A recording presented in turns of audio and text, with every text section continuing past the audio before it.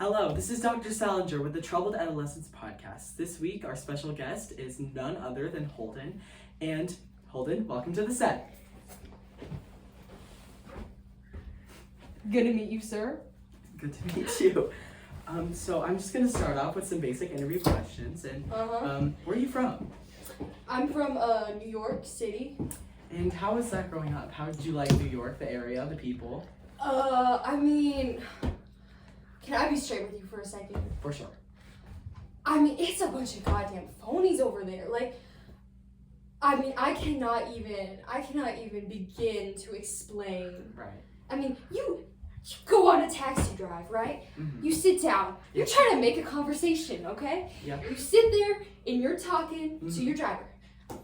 I asked the goddamn taxi driver, I'm like, where do the ducks go when it gets cold? And he says... The real questions. Thank you, sir. And he goes, I don't know, mind your own goddamn business. And I go, well, okay, sir. You can't do anything. You can't do anything. So it seems we're sort of the black sheep of New York. Are we talking New York City or the outside sub? City. Okay.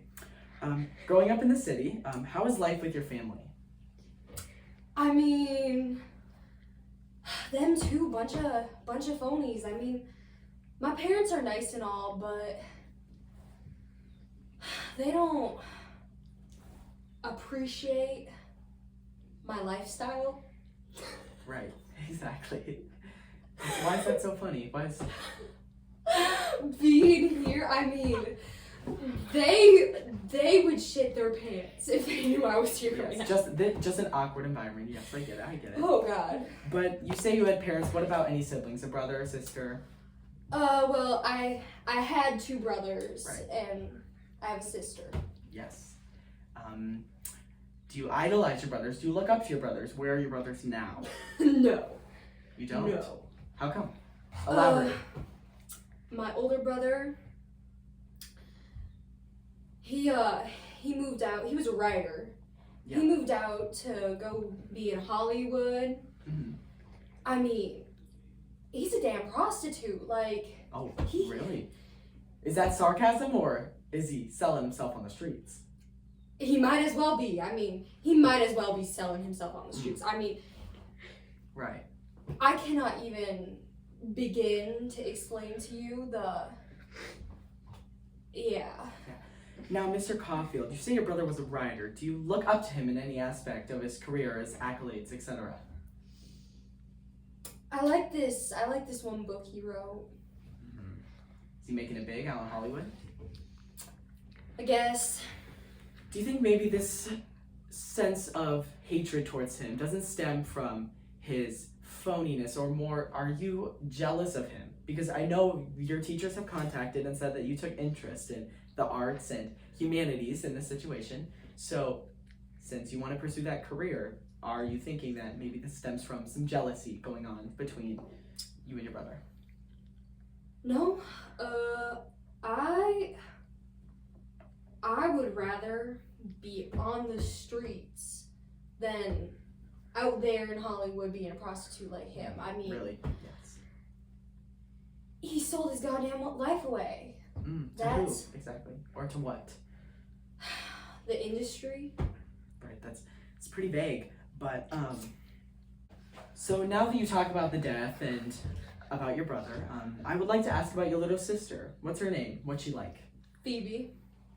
Mm-hmm. She's about 9 years old now. Mm-hmm. Wait, was she actually 9, guys, or was she 7? Oh my God. 7. Okay, sorry. Cut. Here you go. Okay. 3, 2, 1, cut. So you speak of your brother and how he died of leukemia. Do you perhaps have any other siblings? I know you mentioned your sister. Is there any other ones in the litter? No. Okay, sorry for cutting you off. Continue. I got my kid sister, Phoebe. Nice. She's 7. How sweet. She goes to the elementary school I went to, actually. And I miss her. Yeah. I know you said you don't really hold any soft spots for both your brothers because one's a prostitute and the other one you kind of gave me up. vague, unclear answer, but do you really hold soft spot for your sister, Phoebe? I mean, I wouldn't necessarily like say that. I mean, I care about her. I want to keep her safe, but a soft spot might be like a little far. Yeah. So you really don't like any of your siblings. Is what I'm hearing. No.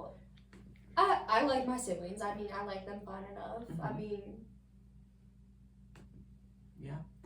So would you say that the reason why your relationship seems kind of unclear to me, but what you've been saying with your siblings, do you think it's because you don't have a deep enough connection with any of them? I mean, we're blood. That is connection. I'm talking like, not like kinship and like family connection. I'm talking more of a social and empathetic connection where you guys really understand each other and you kind of build off each other's bonds and really look out for one another. Would you say that you and your siblings share that bond? And if so, why not? I mean, I look out for Phoebe, and I mean, I looked out for Allie. I mean, my older brother, he's not really brother to me. Like, I don't consider him part of my family. Yes, kind of just an extension of your bloodline, not really any. Yeah. Right. So now that we've gotten to the bottom of connection, let's talk more about your life outside of your family. Where do you go to school currently? Currently nowhere. Elaborate. Well, I mean, I've been through 4 schools. Right.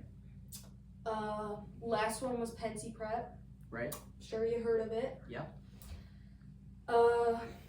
Got kicked out. How come? Failed almost everything. Except English. Do you say that English is something you would want to pursue, and do you like that aspect of school? Yeah, I like it, but I don't want to be like my brother. I don't want to go be a writer. Yeah. I don't want to go sell my life You out wanna, to like- all those phonies in Hollywood. I don't want to do that shit. Right. You want to be more of a writer in the sense where you talk about life and different dynamics of life, not really not connected to like capitalism or. I don't want to be a writer. Right. So we did get a memo from one of your teachers at Pensy saying that on a form when you were filling out for your future, you said that you would like to be a writer or related to English as you do well in your humanities classes. So why did you just lie to me just now? I didn't lie. Right. Yeah, that's noteworthy. I'm gonna write that down. Can I see what you got on there? No. It's classified doctor information. You have to be certified. Yes. Okay. Okay. Yes. So how was life at Pensy? I didn't like it. I mean, again with all the phony bullshit. I mean, Yeah. nobody actually cared about anyone. No one. I mean, all guys cared about over there. I mean, sports, football, girls.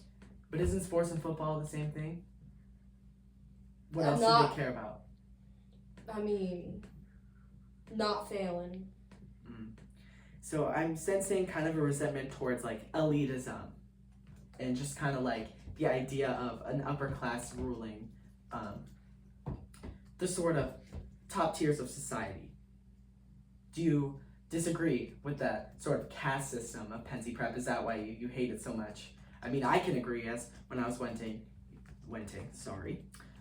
I was going to Harvard for psychiatry school and psychology, when I was getting my PhD in adolescent mental illness, as you know, I noticed a lot of people were there for the money and not really for the care of the profession, like I am. I care very deeply about this profession, just getting the record straight.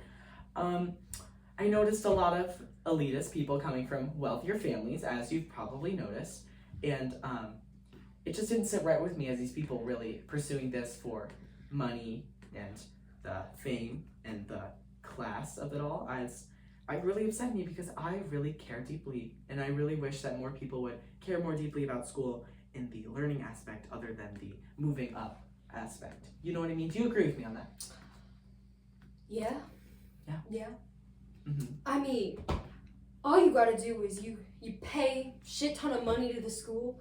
Yeah. And suddenly there's a whole goddamn building in your honor. I mean, yeah, and then your kids it's get insane. in. I agree. Trust, I work my ass off in school. So, from one scholar to another, or scholar to student, I can agree. So, now that we have touched on your relationship with the people and the systems and social kind of scene of Pensy, I just wanted to ask, how is your living situation at Pensy? Your roommates, your dorm, etc. Your friends? I live with this guy named Stradlatter. Yes. Heard about that. I mean, you know what really made me mad is the day that I left Pensy. Yeah. I mean, we got in this big fight because there was this girl that I like went out with a bit. Mm-hmm. What was her name? Before. Jane. Mm. Jane Gallagher. Well, we'd be surprised if you're later, but keep elaborating. Okay. Anyway, so I went out with this girl Jane for a while, and Stradlatter went on a date with her, and I mean, he alluded to am I allowed to say this on this show? Say what exactly? Because this is a medical show regulated by PBS for education, so I'm not quite. I think he was giving her the time, if you know what I mean. That's what he alluded to. Would you care to And elaborate more on what you just said? I mean, I don't think she'd let him personally. Yeah. I don't think she'd let him, but Yeah. So he The was fact kind of that- in the relationship for more of the physical aspect, and she was searching for a more emotional and the je ne sais quoi of him and his side of the relationship. yeah, Right. yeah, and just I don't know. I mean, she was a nice girl, and he talks about that all the damn time. I mean, Mm-hmm. that's another reason why I didn't like it over there, because I mean that's all they cared about. Yes. I mean, like, I think if you're gonna give a girl the time, you ought to like her face, you know, like, Yeah. not like, I hate it. You just hate the fakeness in people. You wish people were more genuine and upfront about how they acted.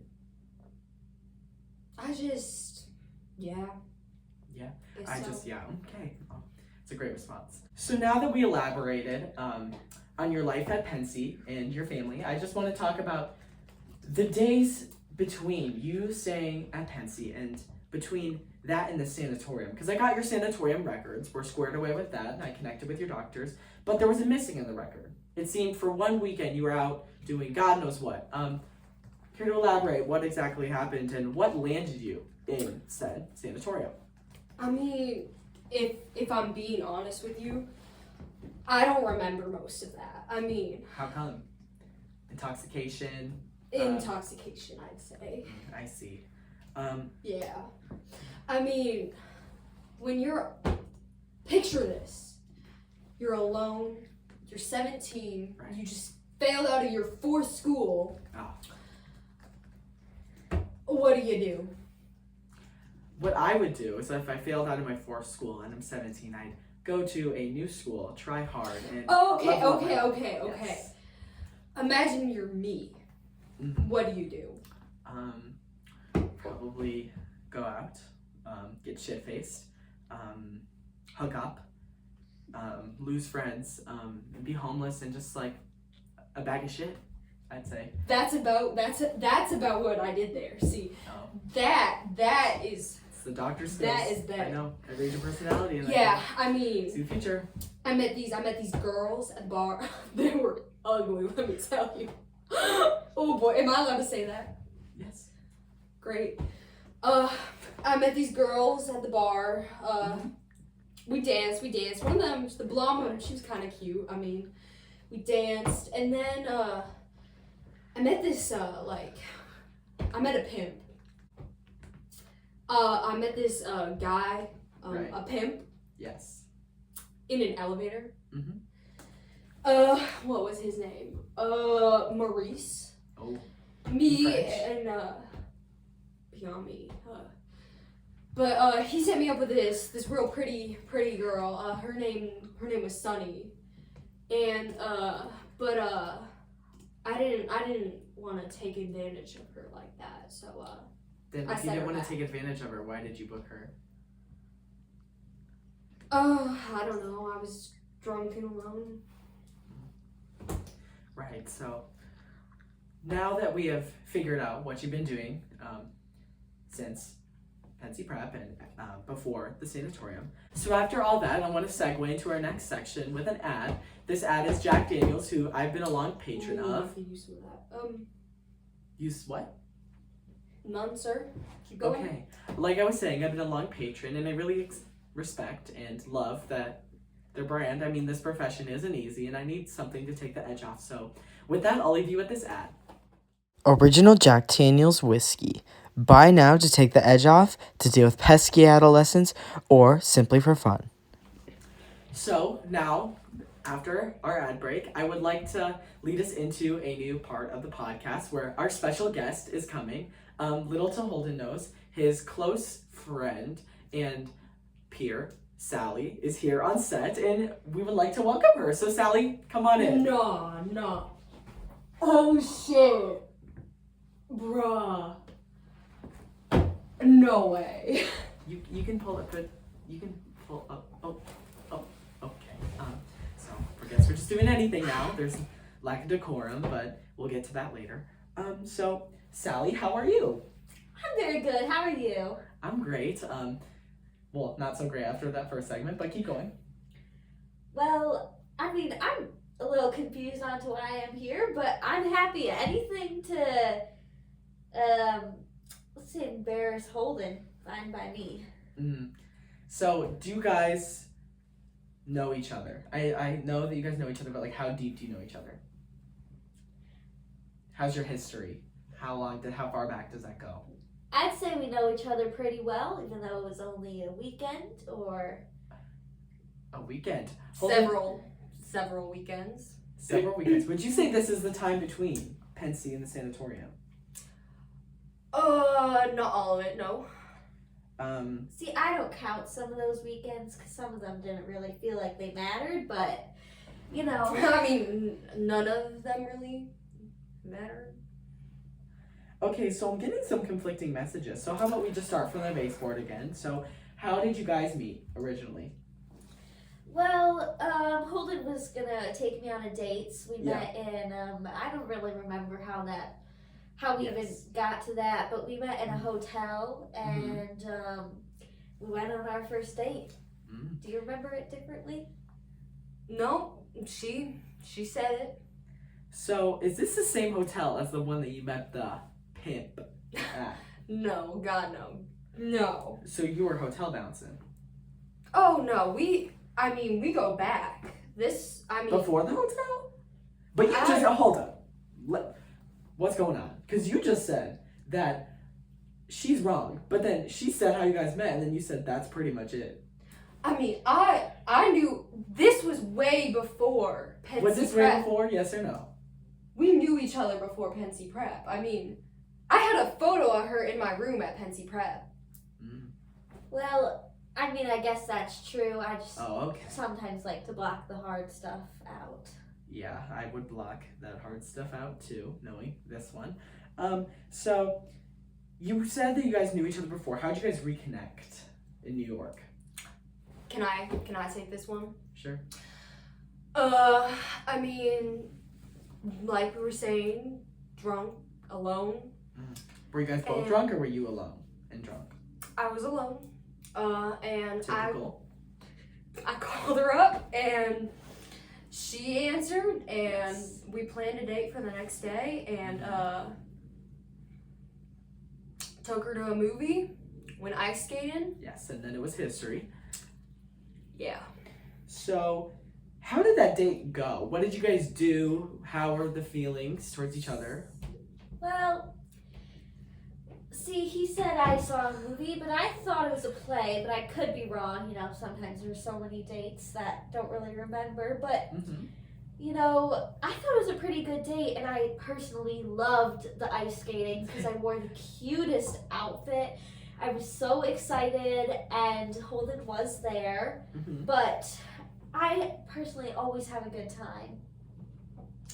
So, would you say the date was romantic at first? And if so, did it develop into something else? Did you guys lose feelings? Did the date go bad, or how well did it go? Did it fail?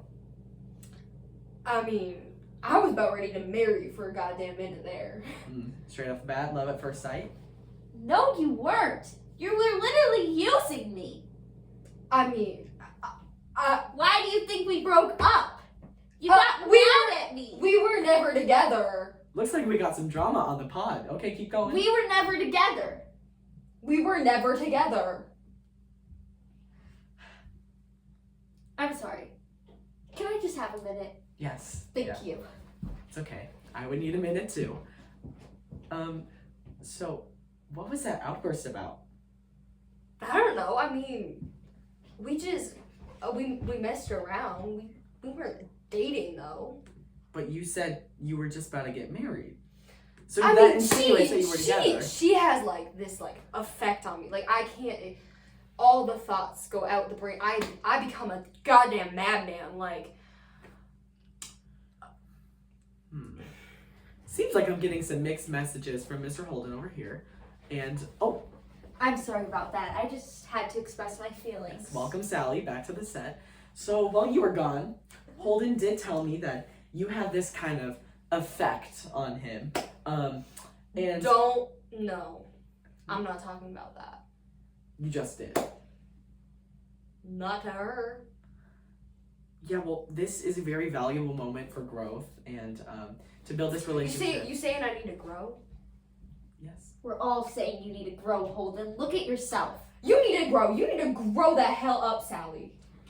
I need to grow. Who got kicked out of 4 freaking schools?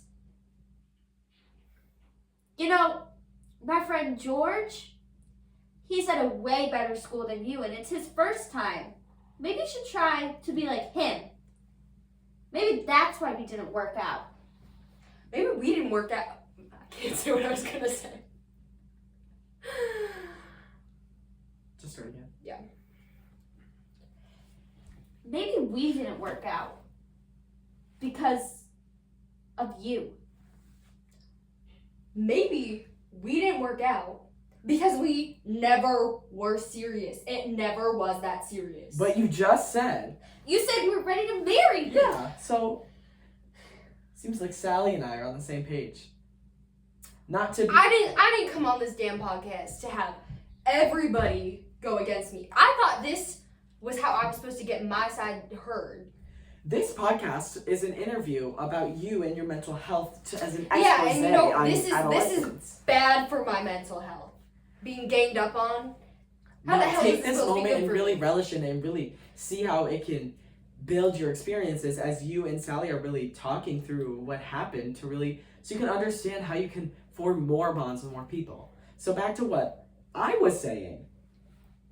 Did the date end in a fight? Because what I'm seeing right now insinuates that something happened. And I want to get to the bottom of this because this will not fly on the pod. So back to what I was really saying. Seems like there's a lot of shouting and resentment going on. And I asked about the date and how it went, but there wasn't really a clear answer. So I'm just going to look back to you guys and ask what really ended the date and was the big turnoffs towards each other? Because it seemed like you guys were infatuated at first sight, but I don't really know what went wrong. I just hear shouting and conflicting stories. So I just want to ask Sally first, what really happened on the date that made you dislike Holden? Well, there wasn't one specific thing. It was just like I wasn't feeling it, and I wasn't getting Right. what I was putting out. Holden Right. wasn't giving back to me. So one-sided. Yes. sort of relationship dynamic. Yes. I just believe that I can do better. I know I can do better, and I owe it to myself to do better. Yes. So that's just really what I thought happened. That's deep coming from the girl who was talking to other guys, flirting with other guys while we were on a date. I don't know what you're talking about. Yeah, you do. You're just trying to make me look bad because you're the bad one here. I'm the whole reason you're here. I'm giving you your 15 minutes of fame. You're the whole reason that she's here because, quote unquote, you did bad things on the date. I Or didn't do vice anything. versa. I didn't do Now let's anything. unpack that. What do you think about Sally that really turned you off? What did she do on the date? I mean, I don't want a girl who isn't loyal. Mm. A girl who's gonna talk to other guys with me right there. Well, if And I mean, her overall, I mean, not to be rude, okay, but her overall persona is, I mean, excuse me for this, you're quite frankly annoying. Do you really think that this kind of situations that you fall into with people kind of builds on that idea that you don't like phonies, as you were talking about in the first segment of the pod? That, yes. Yeah. Yes. I mean, honey, you are the queen of phonies. How come? I mean, Talking to other guys? talking to other guys, saying she loves me. I mean, Do you guys love each other on a physical level? Like what I'm hearing? Because it was love at first sight, you wanted to marry him first. Or is it more of an emotional connection? Is that when the emotionalness and the relationship aspect started to come into the picture? Do you think that's where you guys started to fall out of love, would you say? The I emotional mean, side. I don't ever think I was in love with this man. He just kept calling me back over then why and over did again. you say it? Why did you say it back? Maybe I was just scared in the moment. People are scared. People make mistakes. You Right. of all people should know. Exactly. See, I was caught up in the moment. That's why I said that stuff. I never loved her, never have, never will. But if you never loved me, why do you keep calling me? Why, whenever you're in some problem, whenever you're feeling lonely, you call me?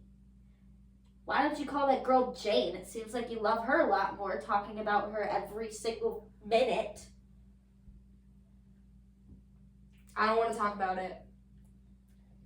Per usual. Now to resolve this conflict that's been going on in the studio, would you say that the reason why you guys don't like each other is not because you guys did stuff wrong or that you both either one is inherently a bad person, or more of the fact that you guys both wanted different things, and since you couldn't get the different thing out of the other person, you sort of villainized them in a mal or ill-intentioned light? You know, Doctor, I think you said it perfectly, and I'm going to be the bigger person here and say that I'm sorry if I did anything Holden to you. I didn't mean to. We had different ideas of what we wanted, and we need to be grown-ups by understanding that. And I don't think me coming here is being helpful. And I want to be helpful in this moment, because maybe at one time, Holden, I did love you. Mm. I love the person you were and not the person you are now and the person you became. And I'm sorry.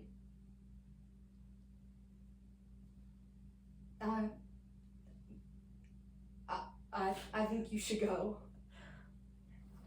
I agree with that.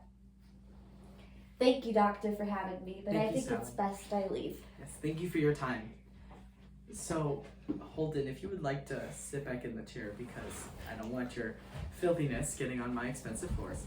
What was that? Why did you shut her down when she tried to apologize? She really took what I said into... I don't want her phony apology. Seemed like she was being pretty real to me. Yeah.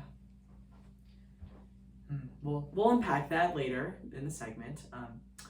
Moving on, we have another special guest, deep into Holden's past, to kind of build on what we've been talking about. Jane is here in the studio, and we'll get right back to you after this ad break for a checkers company, because I love the game checkers, and Holden does too, and so does Jane. And it shows power dynamics and just it's a great game for those interested in psychology or for fun. So we'll be back to you.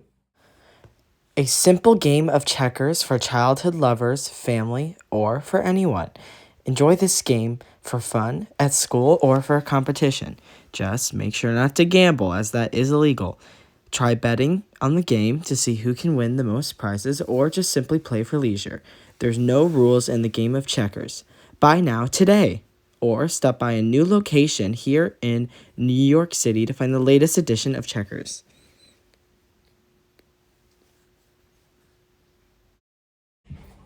Back to the podcast for a new segment after Sally was here. I would like to bring out another person from Holden's past that is sort of related to that ad break that we just had. I'll elaborate later. Welcoming to the studio, this is Jane, Holden's childhood friend. Hello, Doctor. Thank you so Hello. much for having me. No. Oh. Thank you, Holden. So compared to the last person we had on the podcast, it seems that you two aren't as combative towards each other off the bat. I mean, no, Holden is my good friend, and I mean, I don't have anything against him. So how'd you guys meet originally? Do you want me? You can go. We were childhood friends. I mean, my mom would get really mad because Right. her mom would let her dog piss in our yard. And I Yes. mean, sorry. I mean, she would get so mad, and that's how we met. So do you guys remember your childhood memories with each other fondly, would you say? I mean, I feel like we were just playing, like, the stupid, like, little games, like checkers and tag. I don't know, never anything too, like, grand. Yeah, just I can relate to that. I had childhood friends, and that just whole idea of just like small town America and just kind of growing up together and that communal bonds you really have for life. Would you guys say that you guys stuck in each other's minds for life and really carried each other's bonds with you? I mean, yeah. I mean, Holden's, like, always been there, and he's always in the back of my mind, but Mhm. once we got older, I never really heard from him, so, I see. you know.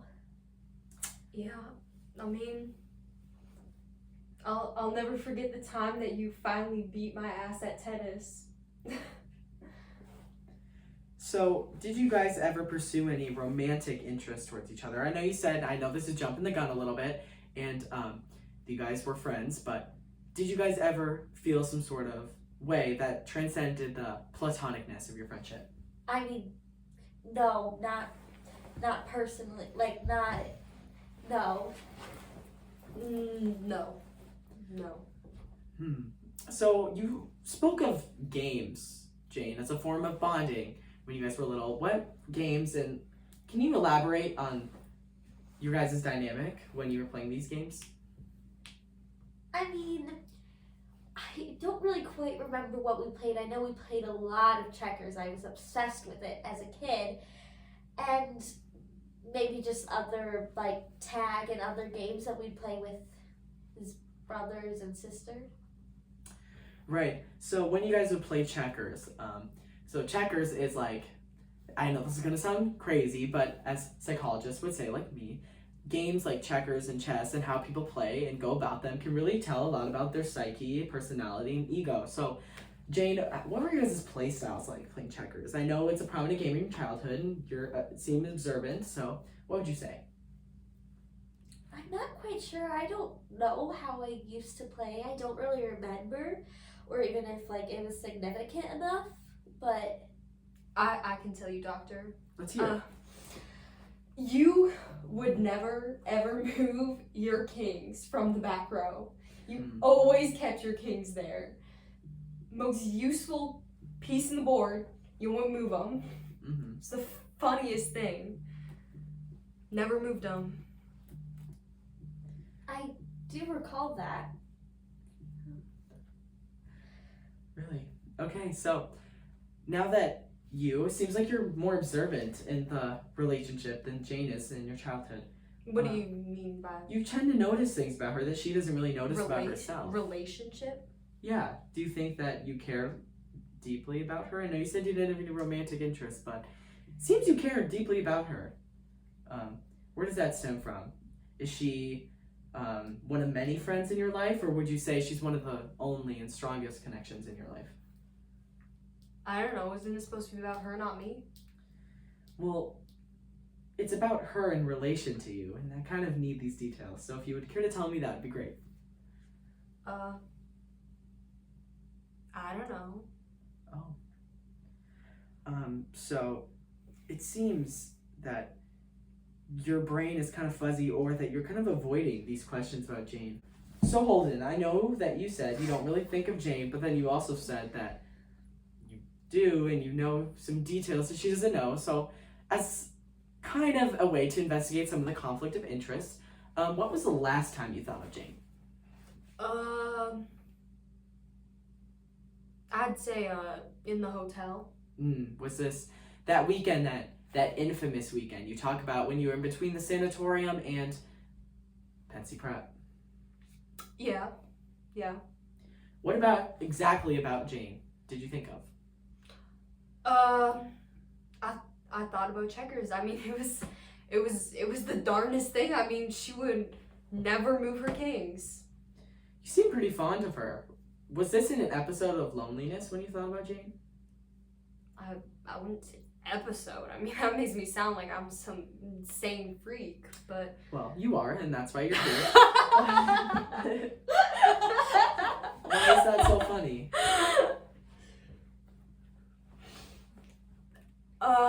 I mean, Just shocking and jarring to hear. I mean, get it, it's not true. Yeah. Jane, what would you like to say about your memories with Holden, and what have you been doing recently? And like, I know you talked about love and relationships. How has your love life been? Trust me, this has a point, guys. I'm not just a pervert. Keep going. Well, I mean, I've gone on a few. Oh, I'm sorry. I've gone on a few dates here and there. Yes. I recently went on a date with this boy named Stradlater. That was his last name, and I think he also went to Pensy Prep, and he might have talked about. He you a was little bit. my roommate. Oh, so you guys did you guys reconnect in that aspect, or was it just a coincidence? I mean, I didn't know my way around the dorms. I thought Holden might come say hi, but he never did. So we just went back out, and it was a great night. I had so much fun. Holden, how do you feel about Stradlater? You probably know him pretty well, as you guys were roommates. Do you like him? I know you said Pensy Prep was full of phonies, but was he phony? Did you like him? I His mean, friends? He's a good guy, right? You ask him for anything. You ask him for the shirt off his back, he'll give it to you. Yeah. But I mean, that does not take away from. I mean, he's like a goddamn prince. I mean, walking around like he owns the place. Yeah. I mean, but I did like to give him a hard time. So Holden, I feel a sense of a quiet demeanor and a small sort of attitude when Jane's around. Is there any sort of animosities or things that you're holding back or feelings that you're not really telling me or the podcast that you would like to tell Jane or me that you're kind of holding back because she's here? No. Anything about Stradlater or her love life in your childhood? Why would you go on a date with Stradlater? I mean, that's not like you, Jane. Why would you? Because, I mean, Holden, you never reached out to me. You never actually said anything. I thought we were just childhood friends and I'm allowed to have a life outside of you. But what about him? Why him? I mean, why anyone? I don't know. He's the one that found me. So you're together now? No, I'm not saying that. I don't know what we are. I don't know what we'll become, but I mean, I don't know. So Holden, it seems like you're kind of upset over Stradlater going and pursuing Jane. Is there any jealousy or like bad attitudes towards Stradlater that would lead to such an outbreak from you? I mean, I don't like the way he treats the girls he's with. I mean, you should know. I mean, he's a good guy and all, but I mean, all like them guys at like Pensy Prep, I mean, they care about giving you the time, and that's like it. That's So would you say this kind of attitude of not liking Stradlinger or whatever, do you think it's because you want to protect Jane from harm? You want to kind of save her in that aspect? I guess. Would you say that you kind of felt the same way with Sally before, where you wanted to save her and kind of bring her on your own, or was that just more of a fling? I mean, Sally was a bunch of bad choices, not Right. not So- anything more. So I'm noticing kind of a pattern in your love life, and I would just like to say thank you to Jane for being here, and thank you for opening up a little bit, Holden. We'll get into some more assets of what just happened later in the podcast, but I would like to thank Jane for coming and kind of detailing her experiences with Holden, and thank you. Thank you very much, Doctor. It was a pleasure to meet you. You It too. was a pleasure to see you, Holden. Good to see you. So this leads us into our next segment, Holden. So Holden, now that we've had two guests on the podcast and they both kind of had conflicting sort of relationships with you, I would like to start off with Sally. We're going to figure out where this truly stems from in Holden's mind and psyche. So Holden, do you think your kind of reason for pursuing Sally being her physical appearance, what do you think that stems from? Is it you felt a need to kind of catch up with people your age, look older to impress other girls? Like, what does that stem from? I don't know. I mean, you gotta grow up sometime. Yeah, so would you say you kind of looked at Sally as more of a way to advance yourself in society and culture in New York City rather than like true love? I mean, if you're saying the only reason why I liked her was like her face, I mean, I tried to like, I wanted to be the better person, you know. Right.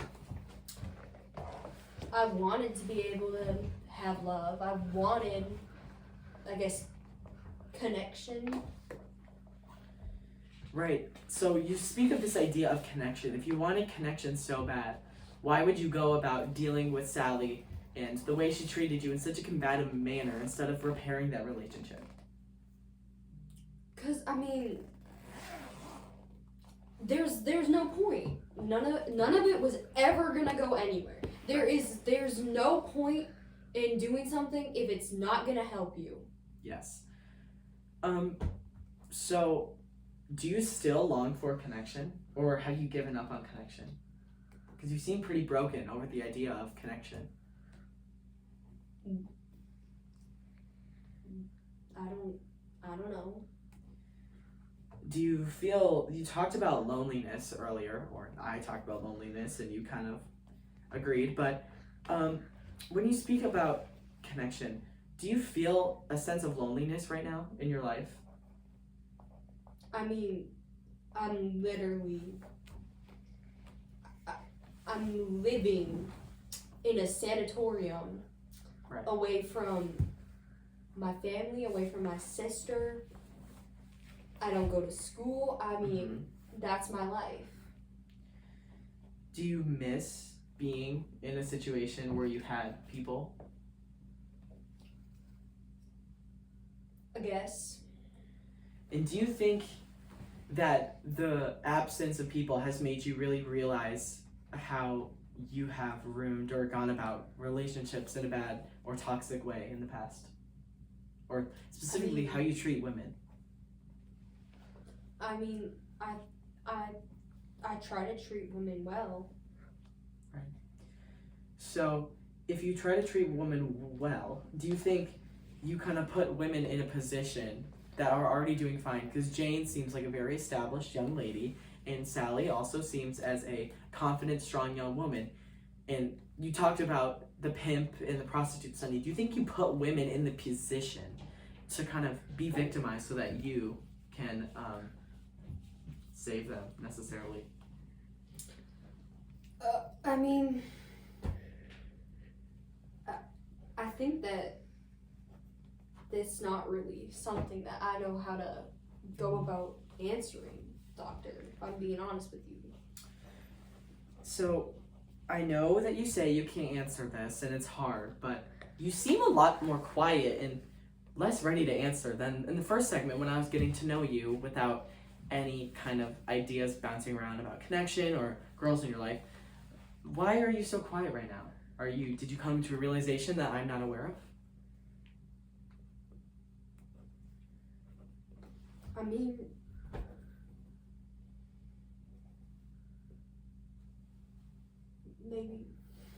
maybe I should have apologized. Do you regret not apologizing to Sally after she made the brave choice to apologize to you just now? I don't know. I mean, regret's a strong word, but maybe.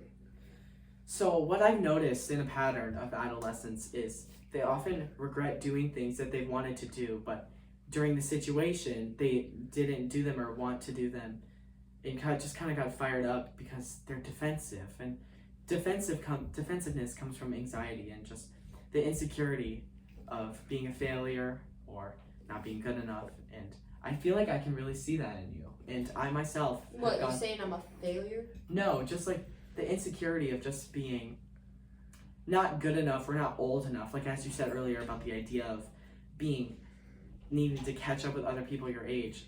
I can relate to that a lot, as I did a lot of the same things in college that kind of led me to this path of being a psychologist.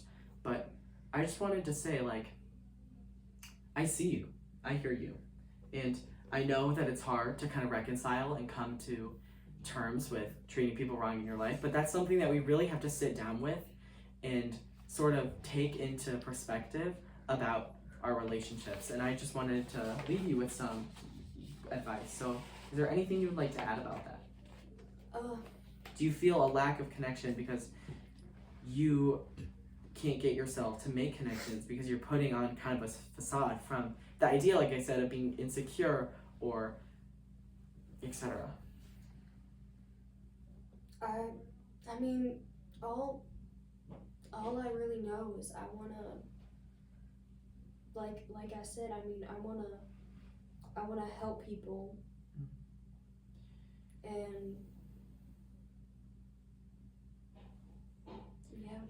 I know that you're a good person at heart, and I know that you've been talking about wanting to help people. Do you think the reason why you can't find out why you lose connection or you make bad connections or you can't keep connections is because you're going about the wrong way of helping people? I know there's this idea of this poem about being the catcher and kind of saving people with ill intentions of kind of building this reputation of being someone who is deemed as a savior, a hero, but they go about it in a way that puts other people in danger or in bad places or victimizes them so that they themselves can save them even though they did the harm.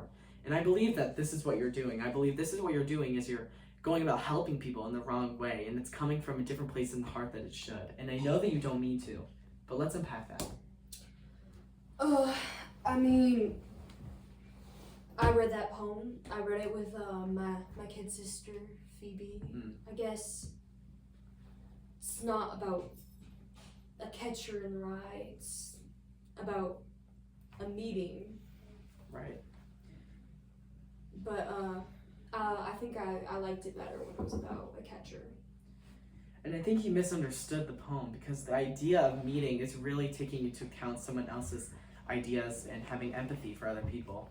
And I feel like empathy is a skill that you can grow on. And after meeting the two girls in your past, do you agree with me that you should build some empathy and kind of don't be defensive, but kind of acknowledge the fact that you're lacking some of that in your life and you would benefit from it? I could be better. Because what I'm seeing is just a boy who's angry at the world and kind of angry with himself and the situations that he has been thrusted into. And he's kind of taken out on other people to try and reclaim himself. But there's so many other better ways to reclaim yourself and kind of build up your own self-esteem and reputation in the world. So I would just like to leave you with some words of advice. Some words to kind of see the world through a view where not everything is bad and you can find some good and some beauty in the world and in other people. And sort of take what I'm saying with you in the fact that people need, like, relationships are a two-way street. You gotta give what you get out, and other people have to give what they get out too. And like you said, it's about the meeting point. And the meeting point can bring you such successfulness and fruitfulness in your life. So I would like to leave you with that as well. And the last thing, I would like you to just kind of view everything with a more positive light. You're very negative, and you lie a lot. And I would like to say that maybe the lying comes from you have to protect yourself. And I just want to tell you, like, it's okay to let your guard down. It's okay to be vulnerable, like right now. It's okay to go into the world and not have a facade of this tough man macho-ness with, like, the drinking, the prostitutes, etc. And it's okay to be a child. It's okay to really discover the world. And it's okay to make mistakes. It's okay to be wrong. It's okay to treat people wrong and realize what you did wrong and kind of grow. So don't be too hard on yourself. Take this as an opportunity to grow and really relish in this, and take what I say with you. And I would like to hear you say how I'm saying and what I'm saying will benefit you. I think I think I need to tell Sally I'm sorry, and maybe Jane too. And that first step of apology and gratitude can really set you in that positive light of the world. Do you think so? Mm-hmm. And will you promise to kind of take what I'm saying and have some empathy with you for the rest of your life? I'll try, sir. And do you see why I brought them here? To bring you to this conclusion? I mean, yeah.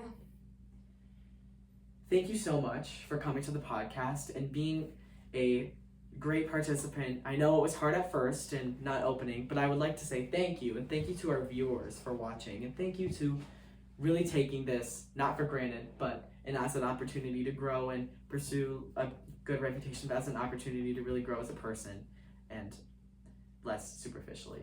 And I would like to say thank you. Thank you. So thank you, Holden, and our special guests for coming to this podcast. I would like to Good shake to your meet hand. you.